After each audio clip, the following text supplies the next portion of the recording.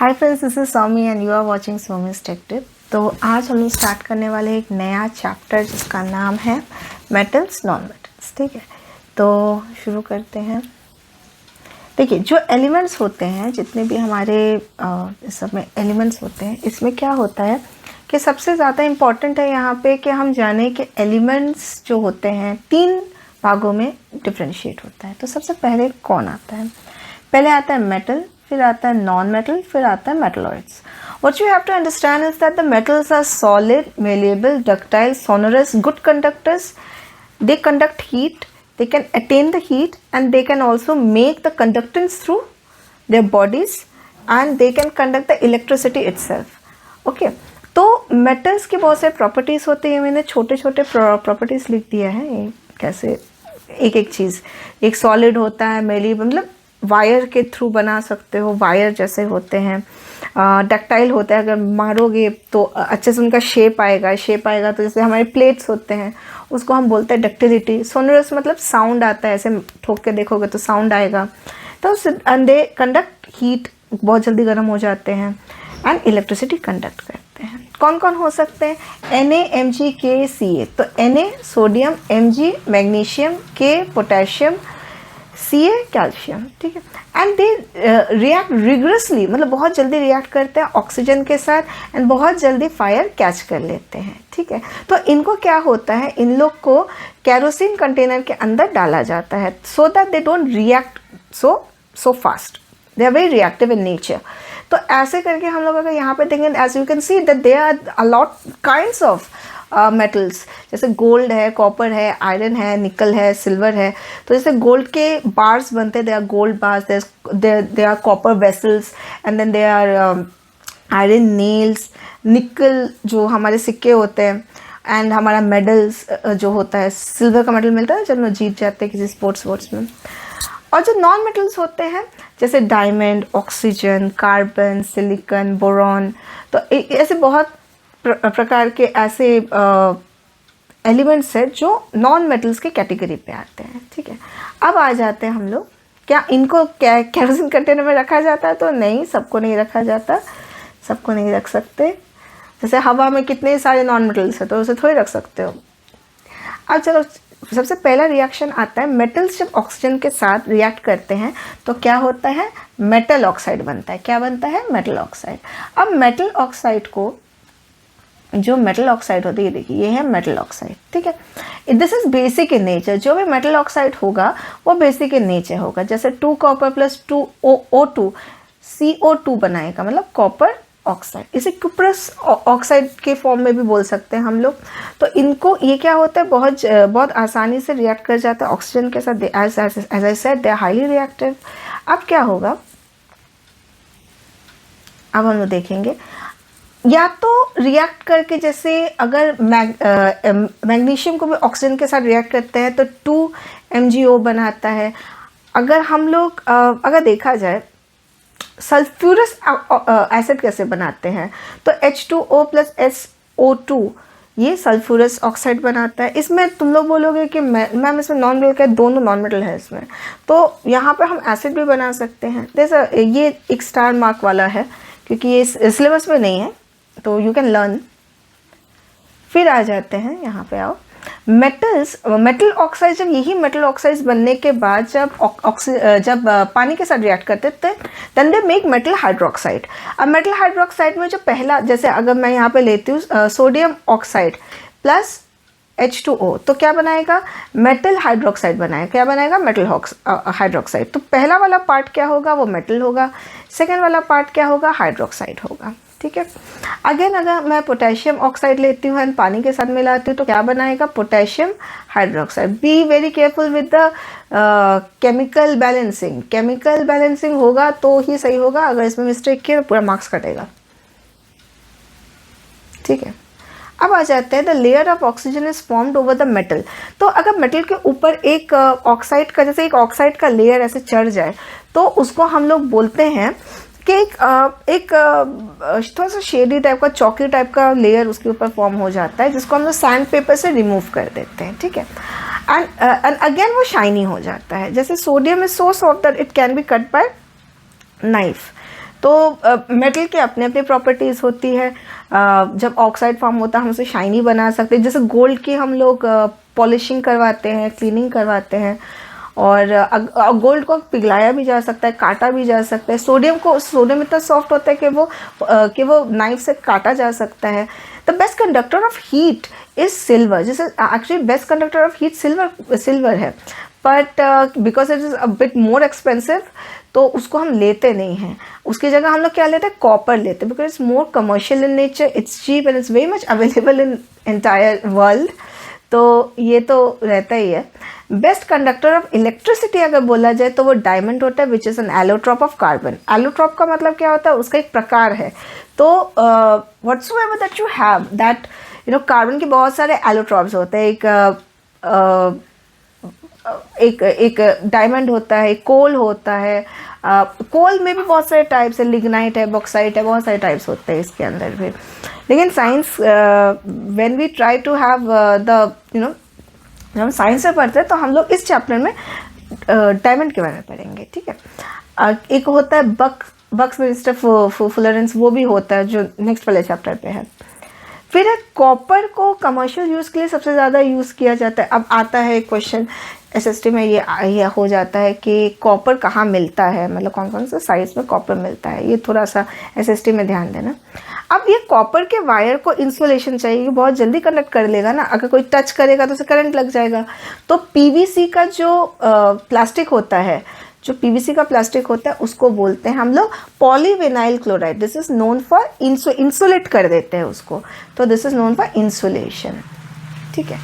चल अब आ जाते हैं एम्फोटेरिक नेचर। एम्फोटेरिक, जब ये ऑक्साइड्स है, जो मेटल ऑक्साइड्स बने, इनके दो नेचर होते हैं। एक होता है बेसिक, दूसरा होता है एसिडिक।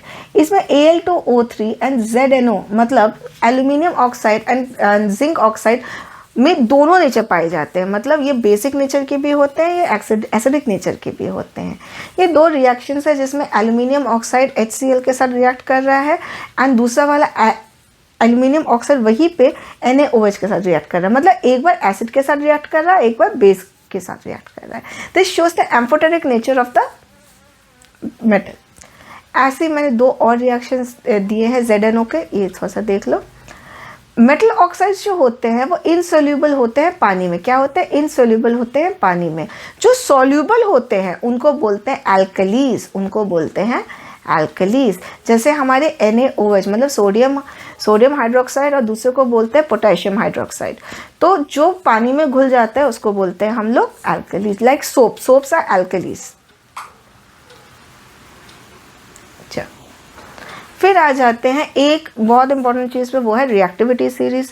तो मेटल्स में अगर रिएक्टिविटी सीरीज़ को हम देखेंगे, जैसे मेटल का ये जो रिएक्टिविटी सीरीज़ है, सबसे पहले क्या दिख रहा है, सबसे पहले हमें दिख रहा है potassium, sodium, calcium, magnesium, aluminium, Zn, iron, lead, copper, gold, silver, gold.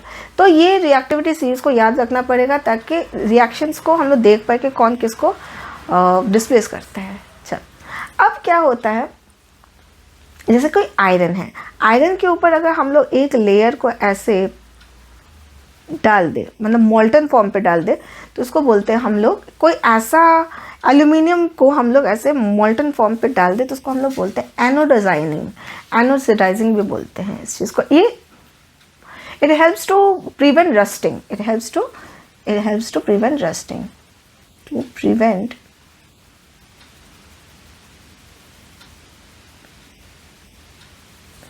prevent rusting। तो लेस रिएक्टिव मेटल, जो ज़्यादा रिएक्ट नहीं करते, वो क्या कौन कौन से होंगे, वो होंगे copper, mercury, Ag, Au, Pl, Pt मतलब प्लैटिनम, ठीक है। ये सब यूज़ होते हैं हमारे ज्वेलरीज मेकिंग में। ज्वेलरी में क्यों, क्योंकि ज्वेलरी पहनते रहते हैं तो ज़्यादा रिएक्ट नहीं करता। Mercury is the only metal which is liquid at the room temperature, ये तो पता ही होगा। 27 डिग्री सेल्सियस पे ये लिक्विड में, हमें 27 degree Celsius is the normal room temperature. अब आ जाते हैं जब मेटल्स डाइल्यूट एसिड्स के साथ रिएक्ट करते हैं, तो ज़रा सा देख लेते हैं। 2K + 2HCl mix 2KCl + H2, मतलब ये H2 क्या हो रहा है, ये इवॉल्व होते जा रहा है। ठीक है। वैसे ही सोडियम का देख सकते हैं, सोडियम एंड पोटेशियम बहुत रिगुलसली रिएक्ट करेंगे क्योंकि वो रिएक्टिविटी सीरीज में भी बहुत आगे थे, ठीक है। तो जो आगे रहता है वो हमेशा रिएक्ट ज़्यादा देगा, पहले रिएक्शन होगा, एंड जो पीछे पीछे है वो थोड़ा कम रिगरस वे में रिएक्ट, मतलब बहुत करके रिएक्ट नहीं करेंगे, ठीक है। चलो समझ में आ रहा है यहाँ तक? चलो अगर बहुत फास्ट जा रहा है तो स्पीड को थोड़ा कम कर दो, अपने आप धीरे धीरे से पढ़ो फिर, ठीक है। फिर आते हैं एक्वारेजिया। एक्वारेजिया क्या होता है? The noble metals sodium, silver, platinum can dissolve in a mixture of concentrated HCl acid and concentrated nitric acid taken in the ratio 3:1 by volume। मतलब ये एक solution है, इसके अंदर हम क्या डालते हैं? नाइट्रिक एसिड डालते हैं एंड HCl का मात्रा ज़्यादा होता है, नाइट्रिक एसिड की मात्रा कम होती है। HCl 3 मात्रा में जाती है एंड नाइट्रिक एसिड यहाँ पे दे देती हूँ। नाइट्रिक एसिड में क्या होता है? नाइट्रिक एसिड 1 मात्रा में जाती है। ये क्या करता है? ये सोने को पिघला देता है, ये सोने को, सिल्वर को, सबको पिघला देता है। इट्स वेरी लाइक ये थोड़ा थोड़ा यूज़ करते हैं जब हम लोग ज्वेलरी मेकिंग करते हैं, तो इन लोग यूज़ करते हैं, ज्वेलर्स यूज़ करते हैं। अगर हम लोग एसिड्स की बात करें तो सल्फ्यूरिक एसिड सबसे ज़्यादा डेंजरस रहता है because it can dissolve almost any metal, and then nitric acid and उसके बाद HCl, ठीक है। अब रिएक्शन करवाते हैं मेटल का क्लोरीन के साथ, तो क्या मिलेगा हमको? NaCl, मतलब एक क्लोराइड मिलेगा। बोलने के लिए हम बोलेंगे इस चीज़ को क्या, कि एक मेटल क्लोराइड मिलेगा, एक मेटल क्लोराइड में, क्योंकि ये आगे का पार्ट मेटल का है एंड पीछे का पार्ट क्लोराइड का है। रिएक्शन विथ हाइड्रोजन Na+H2, तो यहाँ क्या मिलेगा? यहाँ जहाँ पे H होता है ना, वहाँ पे होता है हमारा मेटल हाइड्राइड। तो सोडियम तो मेटल है और इसके साथ H लगा हुआ है, तो हम बोलेंगे मेटल हाइड्राइड। क्या बोलेंगे?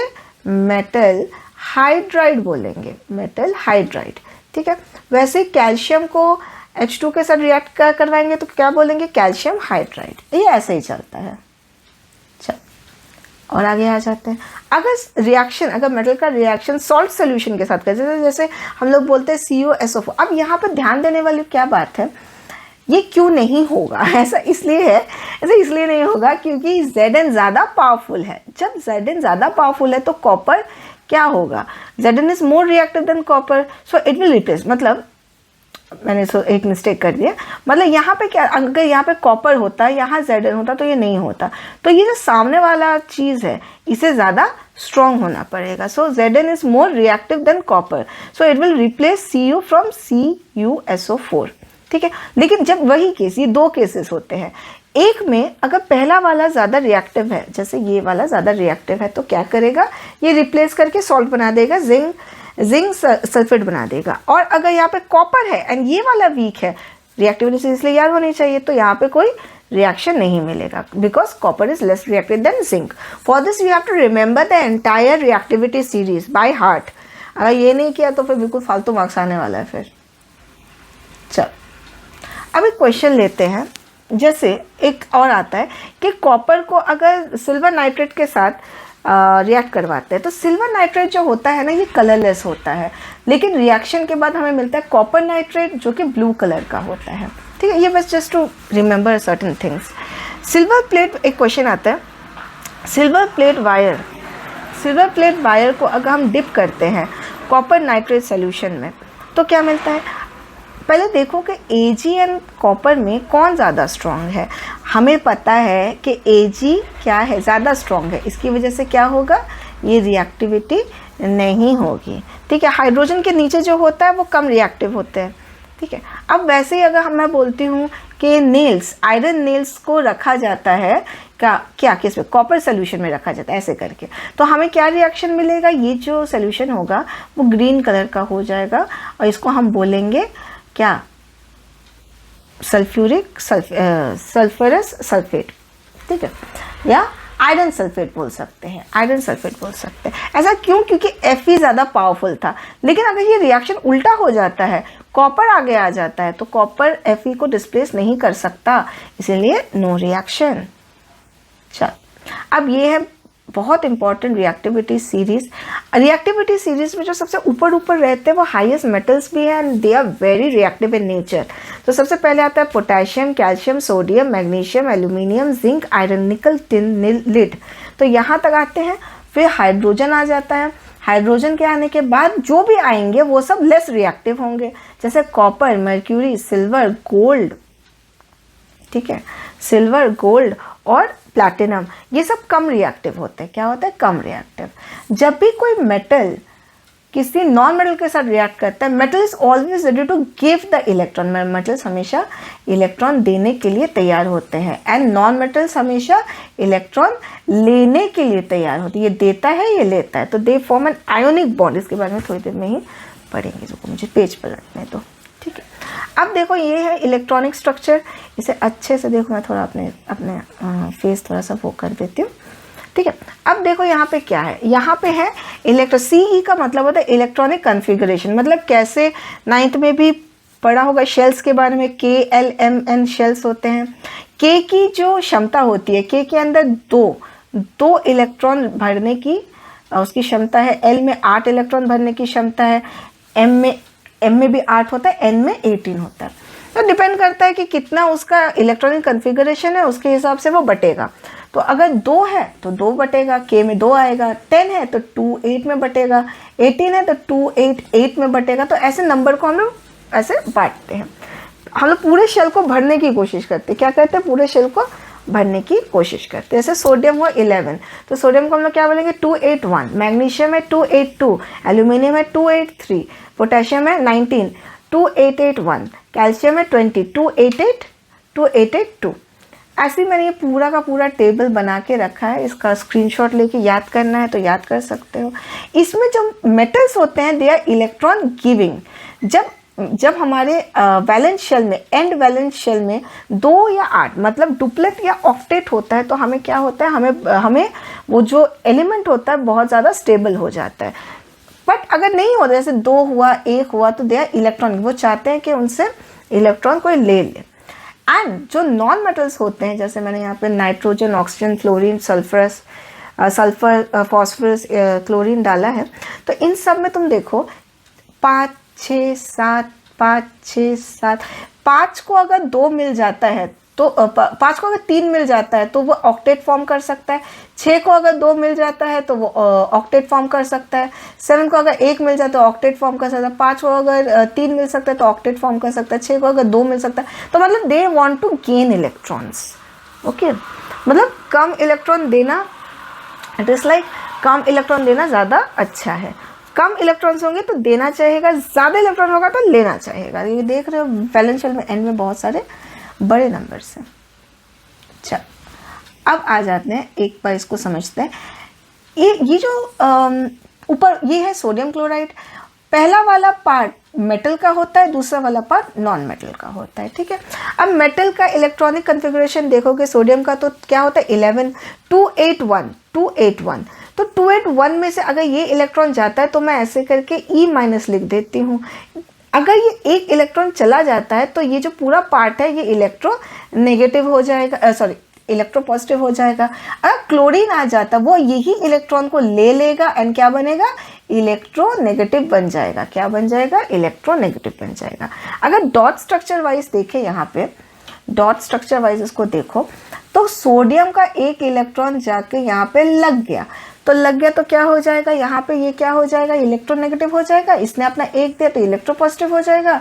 तो यहाँ पे इसके ऊपर प्लस लगा है, इसके ऊपर माइनस लगा है, तो ये क्या हो गया? न्यूट्रल सॉल्ट हो गया। क्या हो गया? न्यूट्रल सॉल्ट हो गया। तो किसी ने दिया, किसी ने लिया, that's why they are ionic in nature. जब हम एक्सचेंज करते हैं ना ऐसे करके, इसको बोलते हैं आयोनिक रिलेशनशिप, आयोनिक बॉन्ड।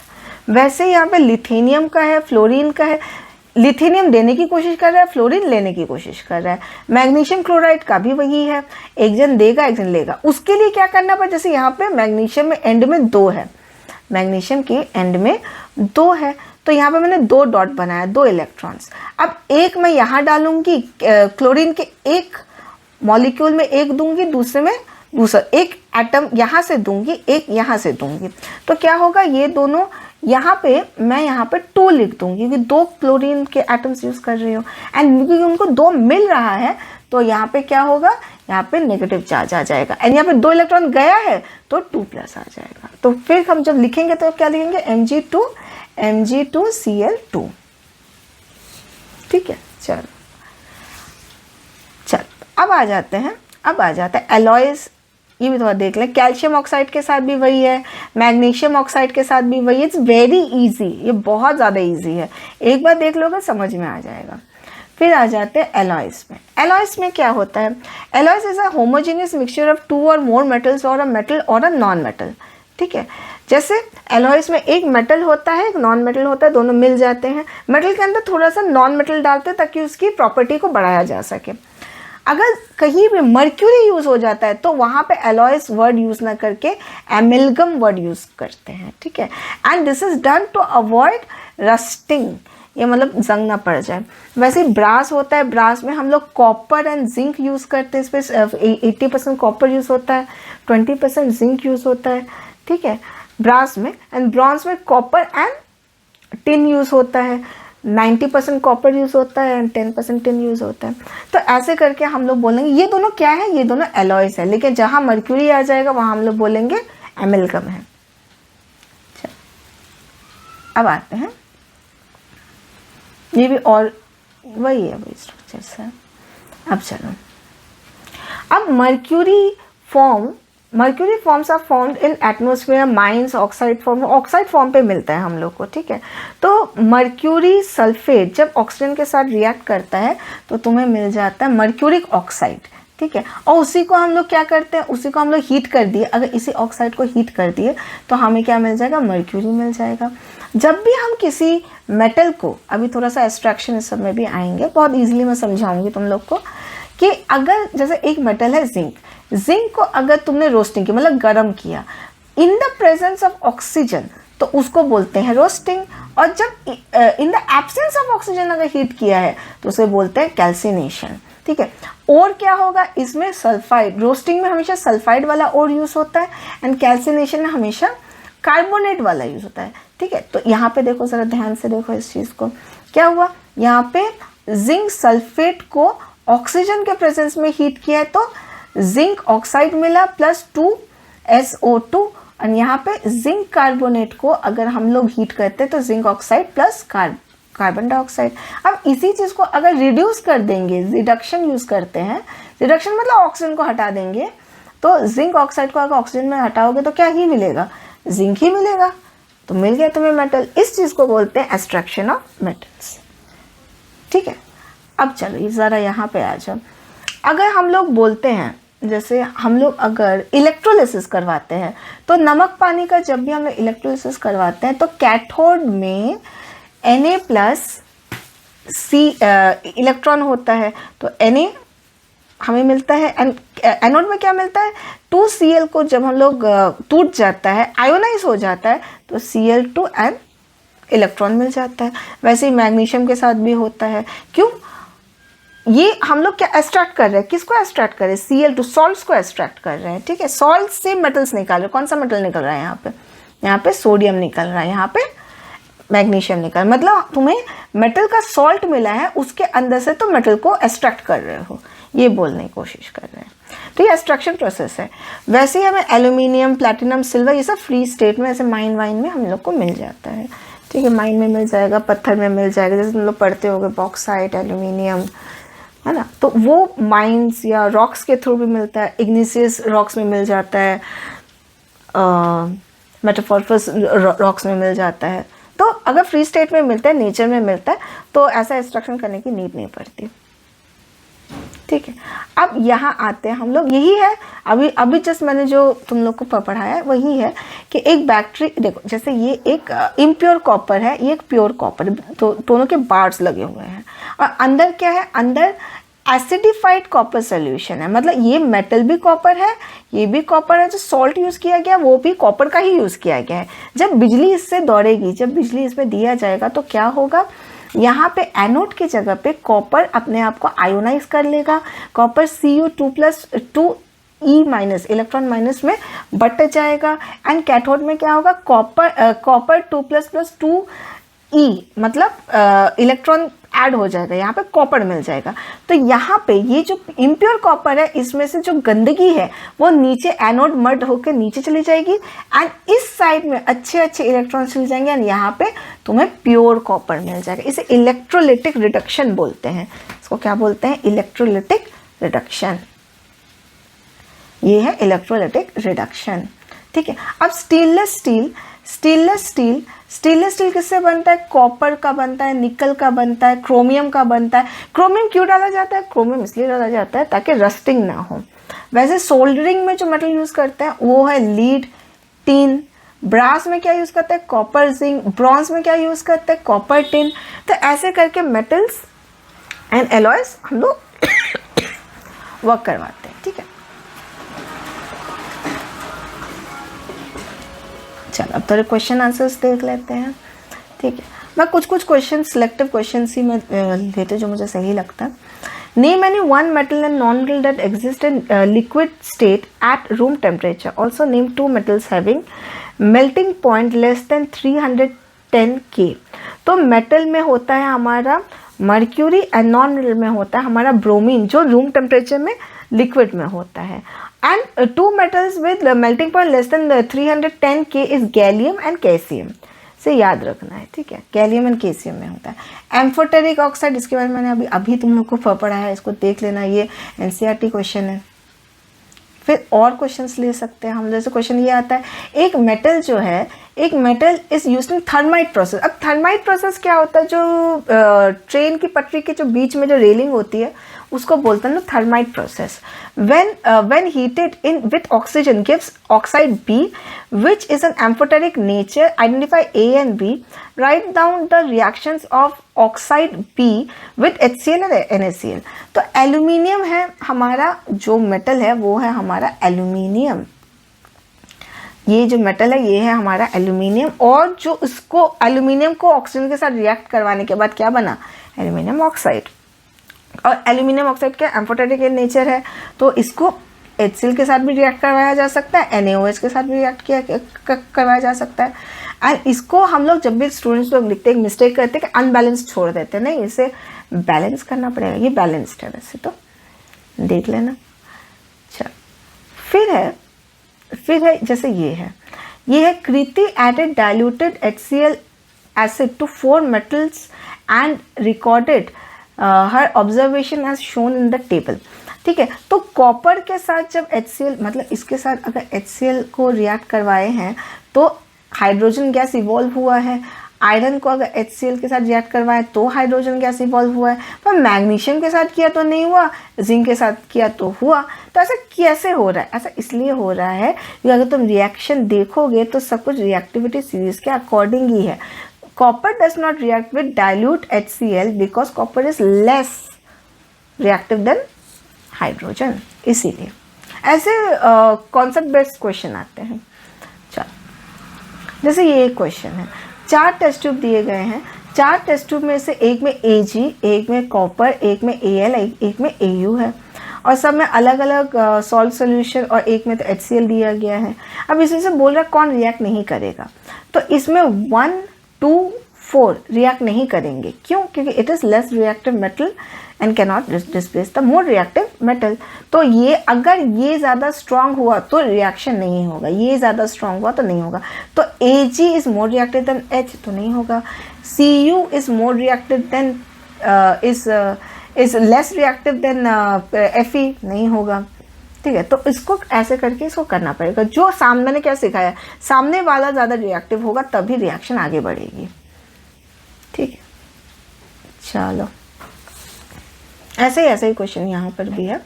फिर इलेक्ट्रॉनिक कन्फिग्रेशन अगर दिखाना पड़े, show the formation of Na2O पर ट्रांसफर ऑफ इलेक्ट्रॉन्स।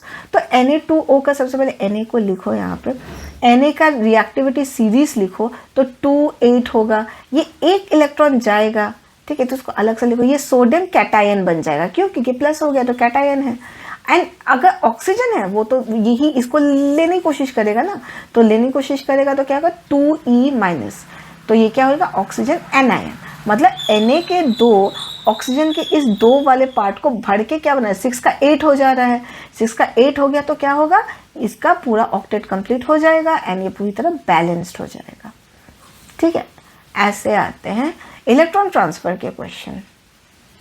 फिर एक और क्वेश्चन लेते हैं। Metal that exist as liquid at room temperature is obtained by heating its sulfate in the presence of air. Identify the metal, its ore and give the reaction. जैसे mercury का जो ओर होता है वो होता है HGS, जो मैं अभी आज ही पढ़ाया, इसका नाम होता है सिनेबर। अब इसे कैसे एक्सट्रैक्ट करेंगे, तो इसको अगर हम लोग ऑक्सीजन के साथ रिएक्ट जब हम लोग करते हैं तो क्या बोलते हैं, हम बोलते हैं रोस्टिंग हो रही है।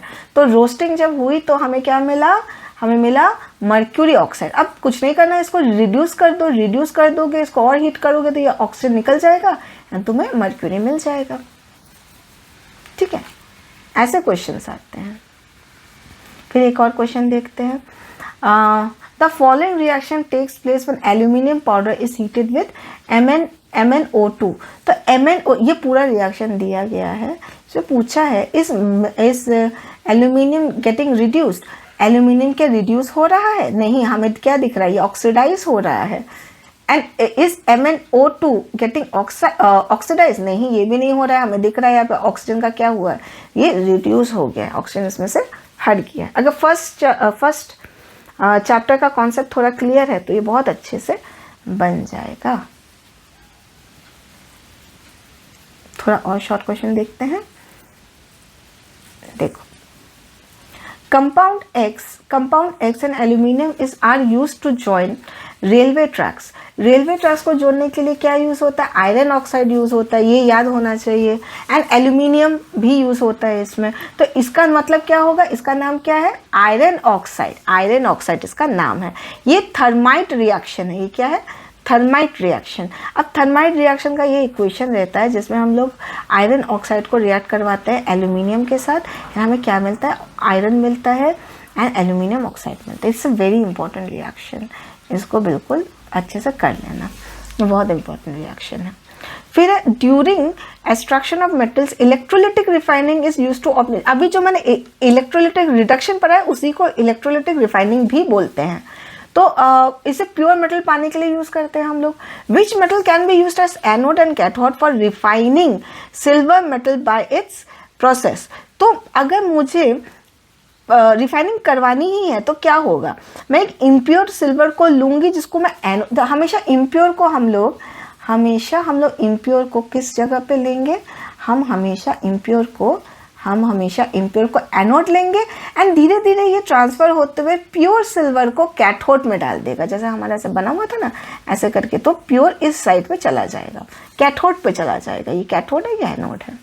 ठीक है, और कौन सा सॉल्ट सोल्यूशन अंदर क्या होगा, क्योंकि सिल्वर निकाल रहे हैं, तो सिल्वर जब हम निकालेंगे तो सिल्वर को जब हम लोग निकालेंगे तो हम सिल्वर का ही सोल्यूशन लेंगे, हम सिल्वर नाइट्रेट को ही लेंगे। Pure silver is deposited on the cathode in the electrolytic cell. ठीक है, प्योर सिल्वर हमें कहाँ मिलेगा, कॉपर में मिलेगा। फिर छोटे छोटे क्वेश्चंस भी आते, like write one example of the following. Most malleable metal and ductile gold, best conductor of heat and poor conductor of heat. तो सिल्वर बेस्ट होता है, लीड पोरेस्ट होता है। The metal with highest melting point and metal with lowest melting point. तो tungsten होता है highest melting point and mercury होता है लोवेस्ट मेल्टिंग पॉइंट। तो ये थोड़ा फैक्चुअल है, इसको याद करना पड़ेगा, तो फैक्चुअल वाला है। State 3 reasons for the following facts. Silver is non-metal. Yes, it is non-metal. तो उसके कुछ फैक्ट्स बता सकते हैं, जैसे नॉन कंडक्टर ऑफ हीट होता है, इलेक्ट्रिसिटी रहता है। Magnesium is a good metal, उसके भी कुछ पॉइंट्स बताए जा सकते हैं कि गुड कंडक्टर होता है, मेलेबल होता है, डक्टाइल होता है। ठीक है, फिर 8 वाला क्वेश्चन थोड़ा important. Most metal oxides are insoluble in water but some of these dissolve in water। कुछ डिजॉल्व होते हैं, कुछ डिजॉल्व नहीं होते। तो जो बेसिक ऑक्साइड्स होते हैं ना, these metal oxides are soluble in water like NaOH, मतलब सोडियम हाइड्रोक्साइड। ठीक है, और ये मतलब हर एक बेस एल्कली नहीं होता, जो एल्कली होगा वो सोल्यूबल होगा। ठीक है, At ordinary temperature, the surface of metals such as magnesium, aluminium, zinc is covered with a thin layer. What is the composition of this layer? तो composition क्या होता है? तो इसका composition जो होता है, this layer is called sodium. जो एक सरफेस एरिया ऊपर आ जाता है इस पे, तो उसको हम लोग बोलते हैं कि वो बाधक बन जाता है. जैसे ऐसे it works as a barrier, तो इट प्रिवेंट्स फर्दर ऑक्सीडेशन. ये ऑक्सीडाइज करने नहीं देता आगे, मतलब एक लेयर जमा देता है और आगे रिएक्ट करने नहीं देता है. तो it can not be corroded, ये मतलब जंग नहीं पड़ने वाला. सम alkalis can be cut by some alkali metals can be cut by knife. Yes, like sodium, जिनकी डेंसिटीज बहुत कम होती है, लाइक सोडियम, पोटेशियम, लिथियम, इनकी कम होते हैं तो क्या होता है, इनको बहुत आसानी से काटा जा सकता है. फिर आते हैं of the 3 metals X, Y, Z. X को कोल्ड वाटर से करते हैं, Y को हॉट वाटर से करते हैं, जिंक को स्टीम से करते हैं. Very particular question. तो कोल्ड वाटर से जो बहुत रिएक्ट करता है तो पोटेशियम एंड सोडियम ही होगा. जो थोड़ा कम रिएक्ट करता है वो कोल्ड वाटर से होगा. और जो हॉट वाटर से करता है स्टीम से ही हो जाएगा, तो उसको हम लोग बोलेंगे क्या, एल्यूमिनियम, कॉपर, जिंक. तो हम अगर रिएक्टिविटी देखें तो हम लोग बोलेंगे कि potassium, sodium, magnesium, aluminium, zinc, iron, ऐसे इसका रिएक्टिविटी सीरीज होगा. ठीक है, एक और क्वेश्चन कर सकते हैं हम लोग. एक और क्वेश्चन देखते हैं. State which of the following chemical reaction will take place giving suitable reason for each. तो इसमें अगेन मैंने कैसे सिखाया है कि Zn आगे वाला अगर स्ट्रांग होगा तो रिएक्शन होगा. आगे वाला अगर स्ट्रांग हो जाएगा, लाइक इन दिस रिएक्शन देखो जरा, Zn will take place, the reaction will take place. क्यों? क्योंकि जिंक कॉपर से ज़्यादा क्या है, ज़्यादा स्ट्रांग है, तो उसे रिप्लेस कर देगा. FeZn होगा, FeZn भी हो जाएगा, हो सकता है. देखना पड़ेगा, ये चीज़ देखना पड़ेगा, है ना. अगर ध्यान से देखो तो Zn जो होगा Fe को क्या कर सकता है, सॉरी मैं ये वाला सेकेंड पार्ट वाला बता रही हूँ, सॉरी. FeZnO4. तो इसमें क्या होगा, FeZn से ज़्यादा स्ट्रॉन्ग है क्या, नहीं है, तो डिस्प्लेस नहीं कर पाएगा. Zn Fe से ज़्यादा स्ट्रॉन्ग है तो डिस्प्लेस कर देगा. ठीक है, इसको देखो बार बार प्रैक्टिस करोगे तो ये बनेगा, बहुत आसानी से बन जाता है ये. अच्छा, इसके साथ ये चैप्टर इसी के साथ एंड होता है. बेसिक कॉन्सेप्ट के साथ इसको पढ़ना चाहिए, और ये चैप्टर बहुत थ्योरेटिकल है तो इसको भी बहुत अच्छे से करना. इसके बाद एनसीईआरटी बुक को पढ़ ज़रूर लेना, अगर नहीं पढ़ोगे तो फिर नहीं हो पाएगा. इसके बाद सिर्फ एनसीईआरटी बुक को पढ़ने की नीड है, उसके बाद ये चैप्टर अच्छे से बन जाता है. तो इसी के साथ मैं ये वीडियो एंड करती हूँ. आई होप सबका बोर्ड्स अच्छा जाए. चलो बाय.